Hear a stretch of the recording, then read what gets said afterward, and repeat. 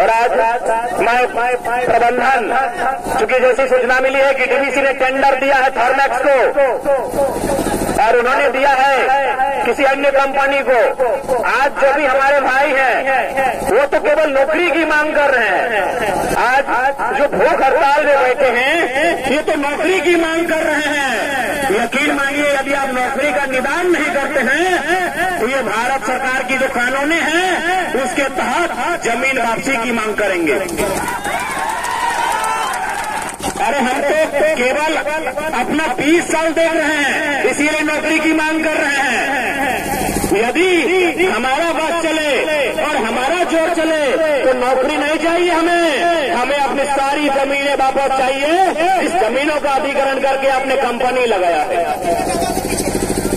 यहाँ तो फिर सब होना चाहिए कि जहाँ तक हमारी जमीनें गई हैं, आपका अगर पूंजी निवेश होता है तो उसमें जब तक उस जमीन पर कार्य रहेगा तब तक उस परिवार की हिस्सेदारी रहेगी। आज तो हमारे भाई जो आज धरना पर बैठे हैं, आज भूख हड़ताल पर बैठे हैं, आज वो तो नौकरियों के लिए बैठे हैं। यकीन मानिए, आने वाली पीढ़ी इनकी जमीन वापसी का मुहिम चलाएगी, जमीन वापसी के लिए आंदोलन करेगी। और जमीन वापसी करना भी भारत सरकार भूमि अधिग्रहण 2013 का कानून कहता है कि यदि जमीन खाली है तो वापस कर दीजिए।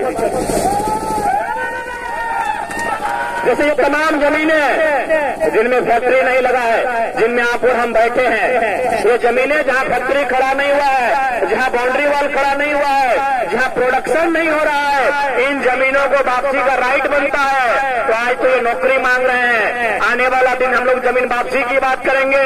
और यकीन मानिए, 2024 में अगर आप नौजवानों को मौका देते हैं तो सदन में सबसे पहला मैटर यही उठेगा कि आप जो भी जमीन अधिग्रहण किया गया है विस्थापितों का, उसमें अगर कोई योजना, कोई फैक्ट्री नहीं है तो वापस कर दीजिए।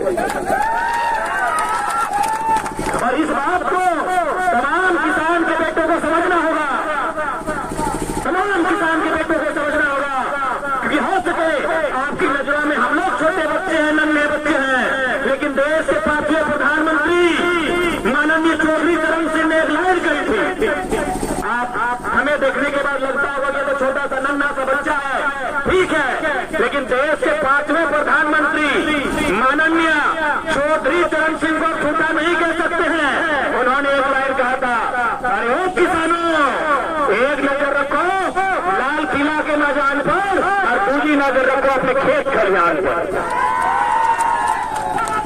देश के प्रधानमंत्री ने यह बात कहा है जो आज हम लोग स्कॉर्पियो के छत से खड़े होकर कह रहे हैं कि एक नजर लाल किला के मचान पर और दूसरी अपने खेत खलिहान पर।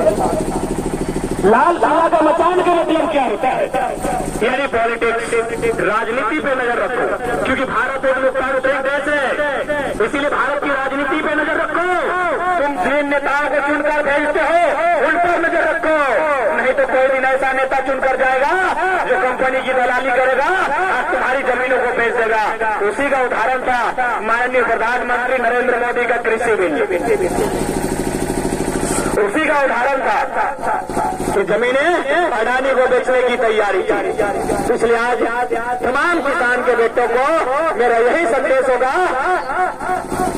आपने बिल गेट्स का नाम सुना है?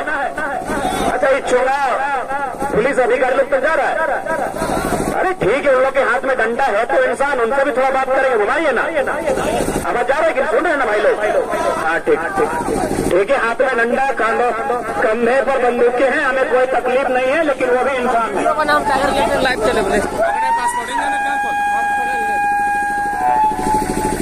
आपने बिल गेट्स का नाम सुना होगा। आज से कुछ साल पहले जब हम बिल गेट्स का नाम सुनते थे तो वो दुनिया के सबसे धनी इंसान थे, the richest person of the world. Bill Gates दुनिया के सबसे अमीर आदमी थे। क्या आज दुनिया के सबसे अमीर आदमी है? तो भाई क्या हुआ? आखिर उनकी अमीरी को जंग लग गया क्या? नहीं, उनकी अमीरी को जंग नहीं लगा है, बल्कि उन्होंने माइक्रोसॉफ्ट का कुछ शेयर बेचकर 3 लाख एकड़ जमीन खरीदा है और हम जमीन बेच रहे हैं। बिल गेट्स दुनिया के सबसे धनी इंसान, जिसको हम लोग दुनिया में सबसे धनी मानते थे, जापान के बिल गेट्स, जापान के है ना, दुनिया का सबसे धनी इंसान माइक्रोसॉफ्ट के हिस्से को बेचकर 3 लाख एकड़ जमीन खरीदा है। 3 लाख एकड़ आप समझ सकते हैं, यानी आधा, मोटा मोटी आधा कोडरमा जिला।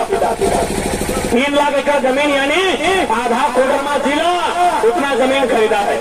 इसलिए आज हम कह रहे हैं कि लड़ाई जमीन की है। इसलिए आज हम कह रहे हैं कि हमारी लड़ाई जमीन की लड़ाई है, क्योंकि ये नौकरी चाहे सीआईएसएफ वाले रहे या सीआरपीएफ वाले रहे, नौकरी 30 साल की है, 40 साल की है, उनके बाद इनको भी बंदूक छोड़कर हल्का बुट्टा पकड़ना होगा। ये नौकरी 30 साल की है, 25 साल की है, ये बिजनेस कब तक है? 50 साल, 60 साल, 100 साल। ये खेती, ये खेत, ये जमीन, ये आजीवन रहेगी जब तक तुम, और ये चिमनी तो छोड़ दीजिए, जब तक चांद और सूरज रहेंगे तब तक ये खेत तुम्हारे पास रहेंगे। उस बात को दुनिया के धनी आदमी बिल गेट्स से समझा है, लेकिन आज भी हमारे रैयत, आज भी हमारे विस्थापित, आज भी हमारे गांव में रहने वाले मेरे काका, मेरे जेठा, मेरे मौसा, मेरे मामा, मेरे फूफा, मेरे दादा नहीं समझ पाते हैं कि जमीन क्या है। कोई भी सभ्यता, कोई भी संस्कृति हवा में पैदा नहीं होती है, वो जमीन में पैदा होती है। इसलिए लड़ाई जमीन बचाने की लड़ाई है। आज हम जो लड़ाई लड़ रहे हैं वो जमीन की बचाने की लड़ाई लड़ रहे हैं। यदि जमीन बचेगा तो फिर हम भी बच जाएंगे।